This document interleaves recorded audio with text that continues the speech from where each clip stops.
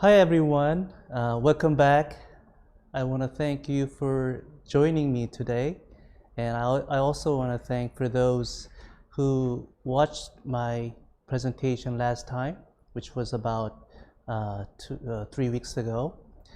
And let me briefly introduce myself to you again. I'm one of the 5 directors in GAO, and I'm a prosthodontist. And I'll be talking to you mostly about prosthetics. And Global Academy of Osseointegration, which I belong to, has been focusing on educating young dentists domestically and also internationally, and also share our unique concepts and protocols in implant dentistry with the rest of the world for more than 10 years now. Last time, we've talked about the rationale for accelerated loading, whether it's early or immediate, and I mentioned it can be achieved by improving both primary and secondary stability.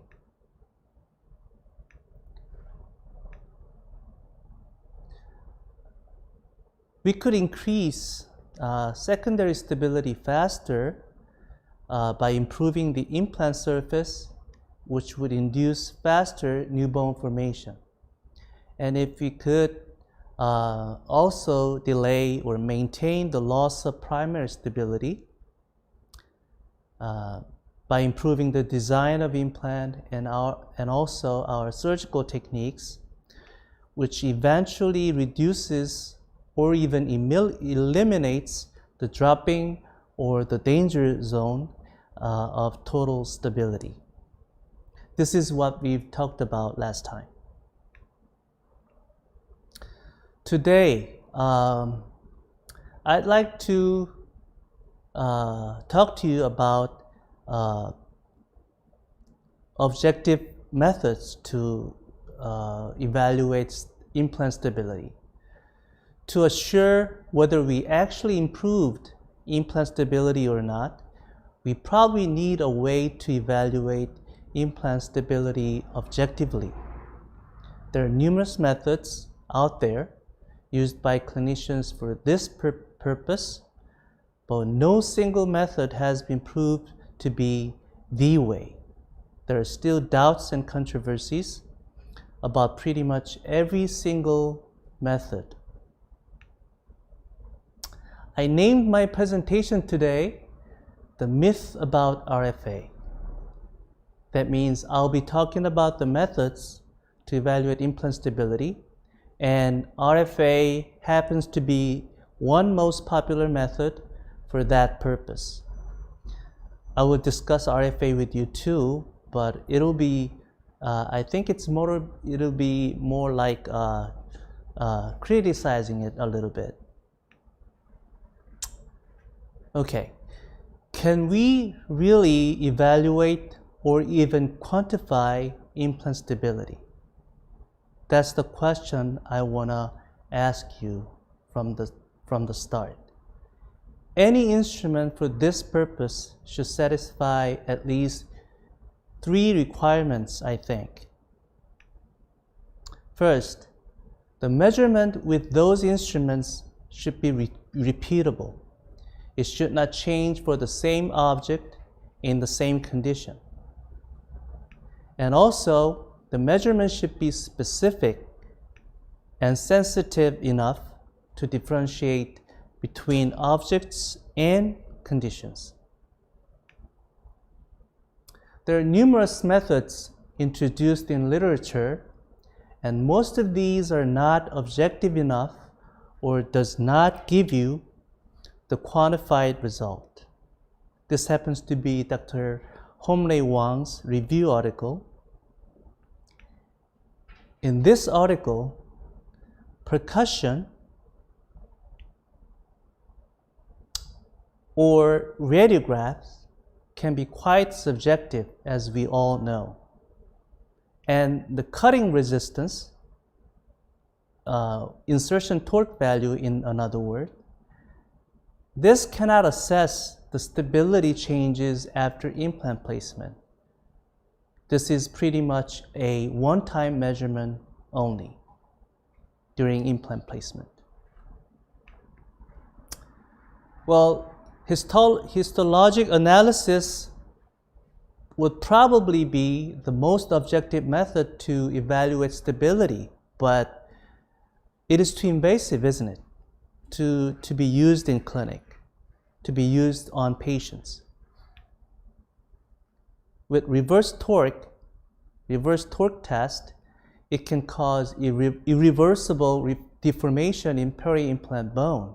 So it's more like a pass-fail test. And it cannot quantify the degree of osseointegration. There are two most popular methods in something called vibration analysis. One is perio test, and the other is RFA. For perio test, people have been using perio test to assess the mobility of natural teeth. This is what this instrument is for originally. For example, periodontally compromised teeth. But this instrument was not sensitive enough to evaluate implant mobility, which is much smaller than the ones with natural teeth. RFA, the resonance frequency analysis, basically measures the stiffness of the implant bone junction right here using resonance.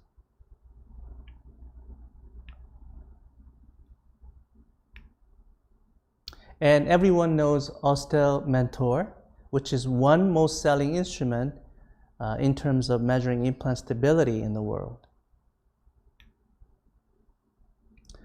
But let me ask you another question.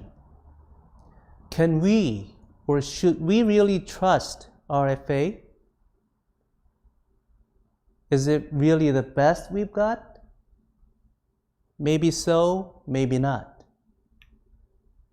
Some people believe it's reliable and the most accurate method to evaluate implant stability. But some don't. Interestingly enough, almost always you can find studies that are in favor of certain things and also some studies opposing it at the same time.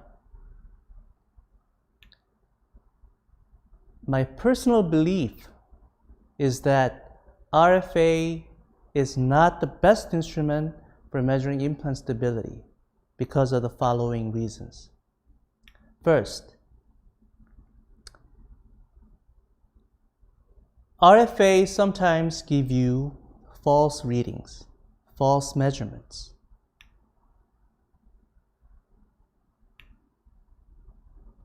This is the diagram I found on the website of Austell. It gives you very specific guideline in terms of loading. For example, when the ISQ is above 65, you can do early loading, it says, based on this diagram. So with this diagram in mind, let's take a look at a case. Well, thanks to Dr. Park, who allowed me to use this video clip, you would notice something very interesting in a minute.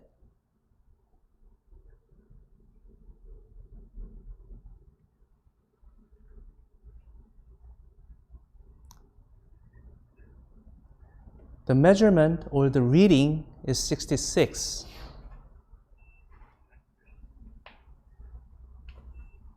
$61 now.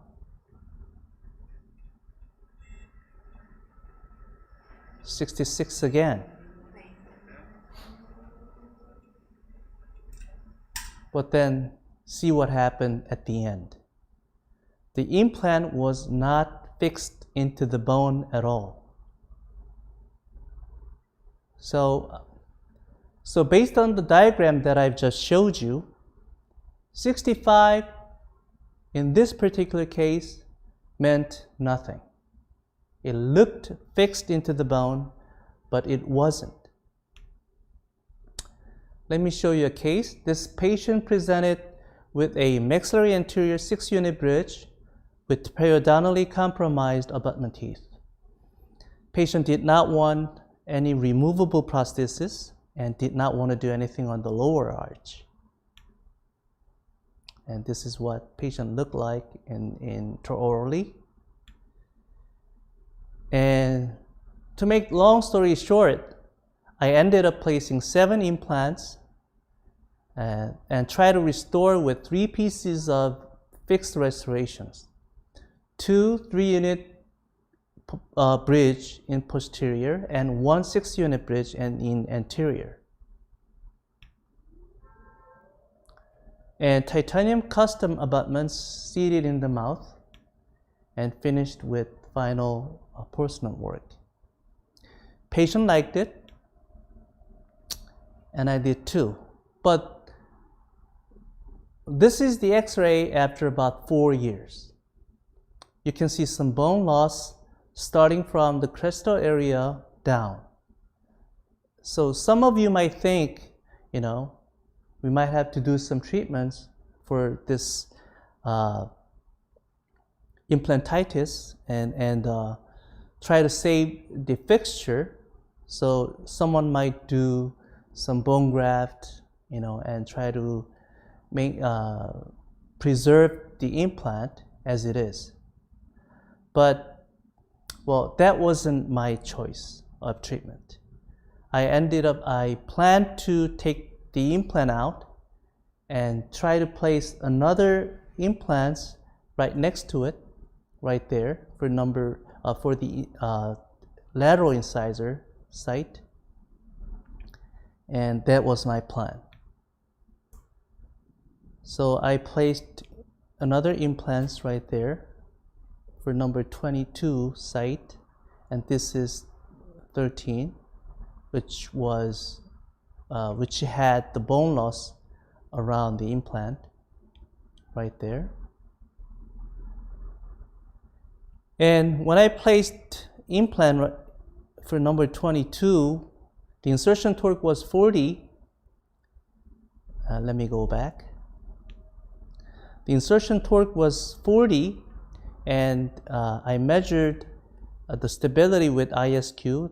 It was 78, which was absolutely high.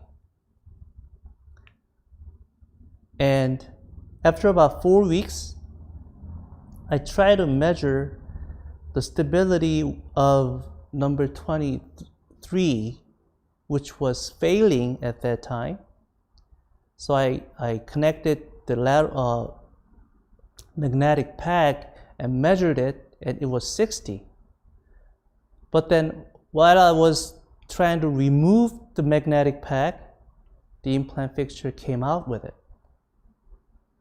So that, which means the implant was totally failed, and then there was no fixation between bone and the fixture. And luckily enough, number 22 implant showed pretty high ISQ measurement, which was only 4 weeks after the placement.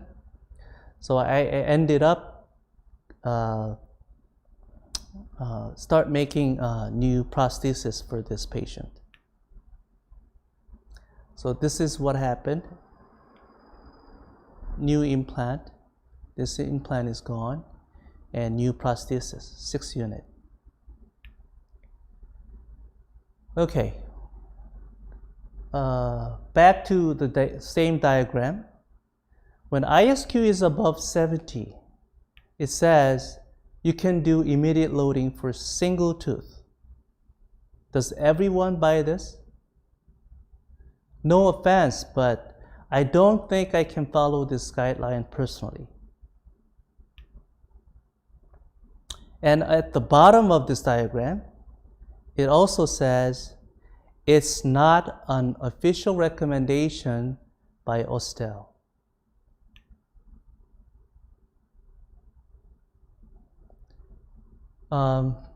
It's like CYA, cover, And second problem with RFA is there's no correlation between RFA and bone implant contact ratio. We've talked about bone implant contact ratio last time, which I mentioned the most important parameter for loading, especially for accelerated loading. Numerous researchers claim that they failed to find a correlation between RFA and BIC ratio. There's another review article. You notice multiple studies saying there is no correlation between ISQ and BIC ratio.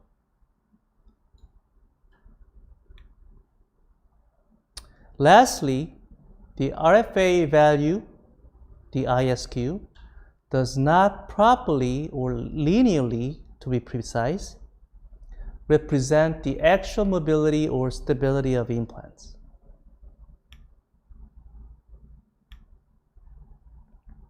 Some studies looked into the relationship between ISQ and actual micromotion or micromobility of implant, which is called value of actual micromotion. There was a correlation between these two parameters, but the correlation was not quite linear. This curve looks more like exponential curve. It's not a linear curve. And this is clearly stated on the website of Ostel. It says the ISQ scale has a non-linear correlation to the mobility. It means this: between ISQ values 40 and 80, 80 does not mean the implant mobility is half of ISQ 40. You see what I mean? So there is no linear correlation between ISQ values. How come ISQ is not linear then? If it's not linear, what's the purpose of using it? When we say we evaluate implant stability with certain method or instrument, it means this: we are not really measuring the actual displacement or mobility of implant. We are measuring something else to assess the mobility indirectly. We're measuring the surrogate parameters, which is called. All these methods, we're not really measuring the actual mobility. What does that mean when we say we measure resonance frequency? We can think of an implant as a simple oscillator, like tuning fork. A tuning fork gives you sound with a unique pitch by resonance phenomenon. When we hit the tuning fork, it starts vibrating or oscillating with unique frequency. It's called the resonance frequency. And we know the frequency, we can calculate the amplitude or the micromotion, I would say. So when we know the frequency, we can calculate the amplitude or the displacement or the mobility. They are inversely proportional to each other. So when we get certain ISQ value, we know the frequency, and we can calculate how much the object moves. This sounds great up to this point. But the problem is, the resonance frequency does not have much to do with the actual mobility. Because resonance is a very interesting phenomenon for sure, but here's the pitfall that we fall into. Sometimes we can get too fascinated by the phenomenon.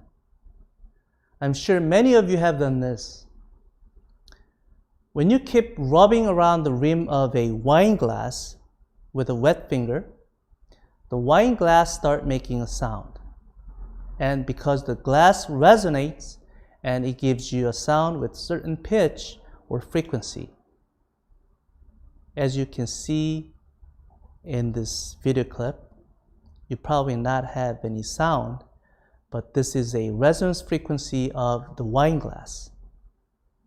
But if you produce a sound with the same frequency that the glass resonates at near the glass, see what happens.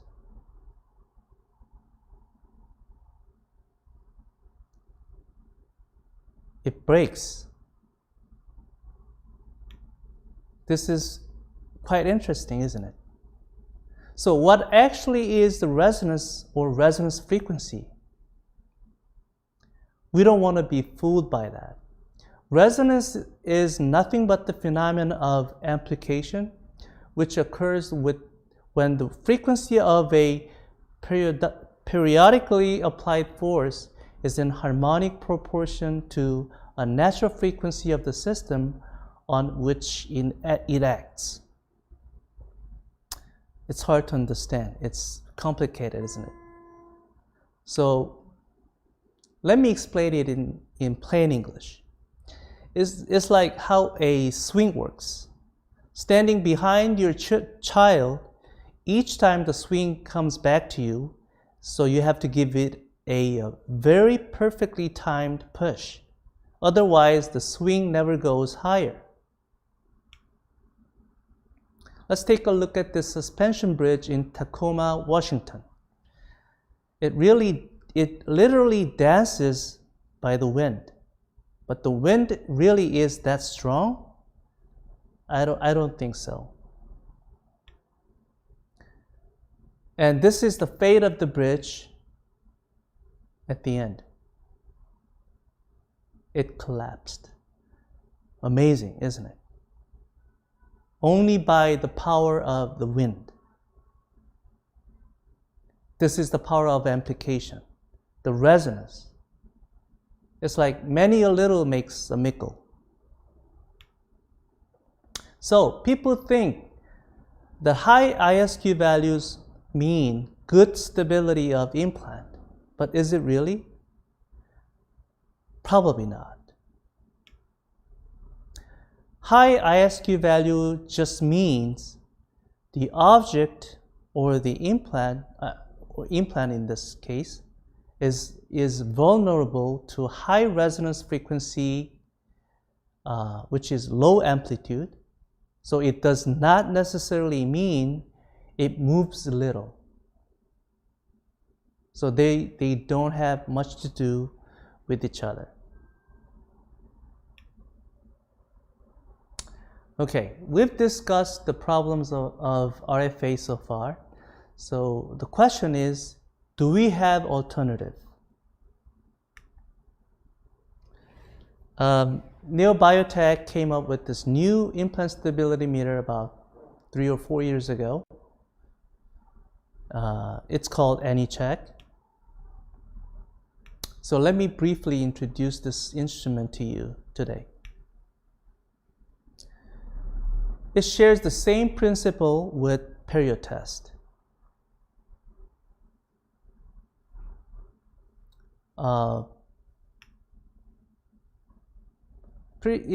AnyCheck, since it shares the same principle with perio test, it basically evaluates the dampening capacity of implant by measuring the contact time. So the longer the contact time, the mobile the implant is. So let me explain how any check is different from period test. When you use period test, you have to keep certain distance from the object that you're measuring.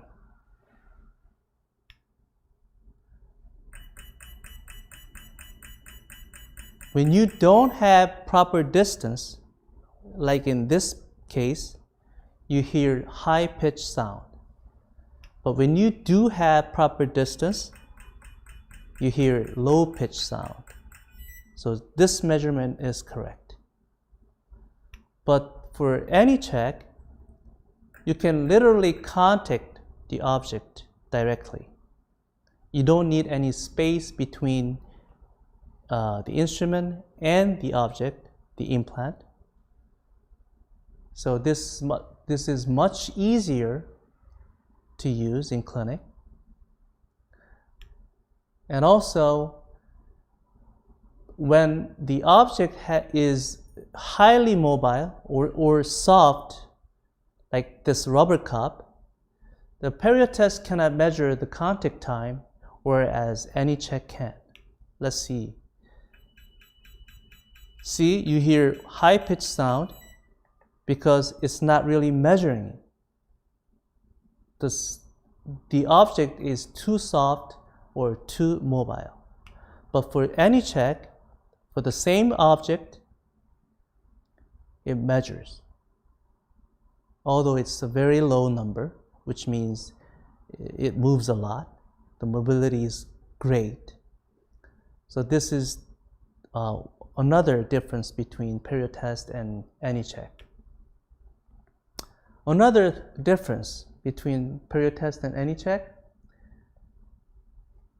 the tapping force and the number of tapping for measurement is reduced greatly. So this is much more comfortable for patients. With any check, it hits the implant only 6 times compared to the period test. It's like 70% less tapping, or less tapping force than period test. So this is why it's more comfortable to be used on patients. Lastly, when the mobility of implant is above certain level, let's say the fixation is not good. So for example, below 60, the any check automatically tap only 2 times and then give you the measurement, the reading. Let's see what happened with period test when the implant stability is low. Plus 3.9 of period test value is quite high, which means the implant is mobile, quite mobile. But for the same mobile implant, let's see what you get. It hit only 2 times, not 6 times, 2 times. And it gives you any check value of 59.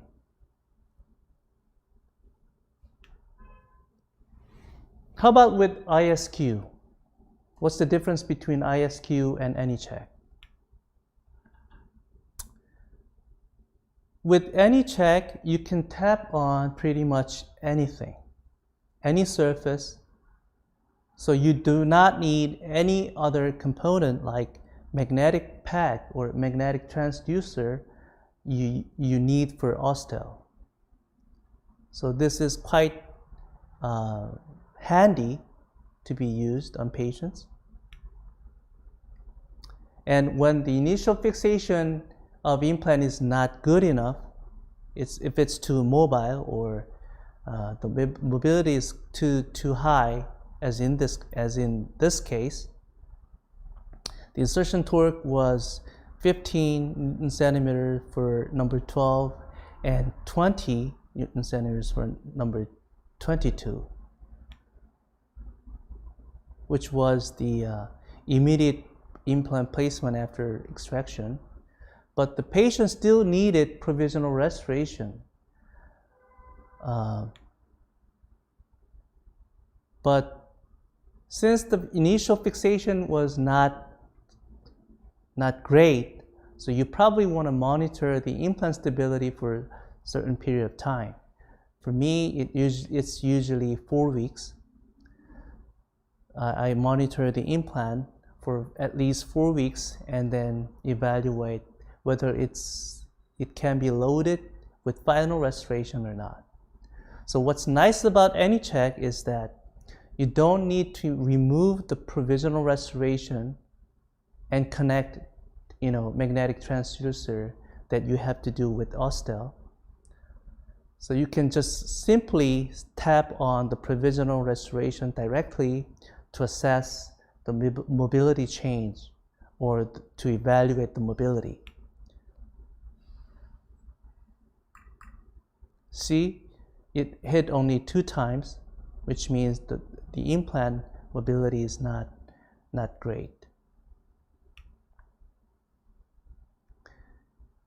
It's extremely convenient when we're dealing with multiple implants, like you can see in this video clip. We're trying to measure 3 or 4 implants at the same time. With our ISQ, you have to connect magnetic transducer on one implant and measure it, and then move it to another, and then try to measure again. This is quite a work. But with AnyCheck, you can just simply tap on each healing abutments and then get some idea about the implant stability, whether it's strong enough, or we should wait more, or we can go ahead and start loading. So to make that decision, this is much easier. And also, like perio test, AnyCheck can measure the stability of the mobility of natural teeth, whereas ISQ cannot. So this is another pros of AnyCheck compared to ISQ, I think. Here's the most critical difference, though, between Ostel and AnyCheck, based on Professor Park's study. I personally like this result a lot. I think this is a great finding between about the difference between ISQ and AnyCheck. Based on his study with AnyCheck first, there was a correlation between insertion torque and AnyCheck value above, when the insertion torque value was above 15 Newton centimeters, right here. It was almost linearly correlated between these 2 parameters. But with Ostel, pretty much the same correlation was found. So above 15 Newton centimeters, there was a linear correlation between the insertion torque and Ostel value. But what's the difference then? Here's the difference. Let's take a look at these 2 circled areas. This is AnyCheck, this is Ostel. There's no dots with AnyCheck, but there are a lot of dots with Ostel. What does that mean? On the right side with Ostel, when the insertion torque is below 15, some Ostel measurements is higher than 60, whereas you do not find any AnyCheck measurement above 60 for the same insertion torque zone below 15, which means what? So you do find the readings with above 60 with Ostel, but no any check reading above 60 for the same insertion torque, which means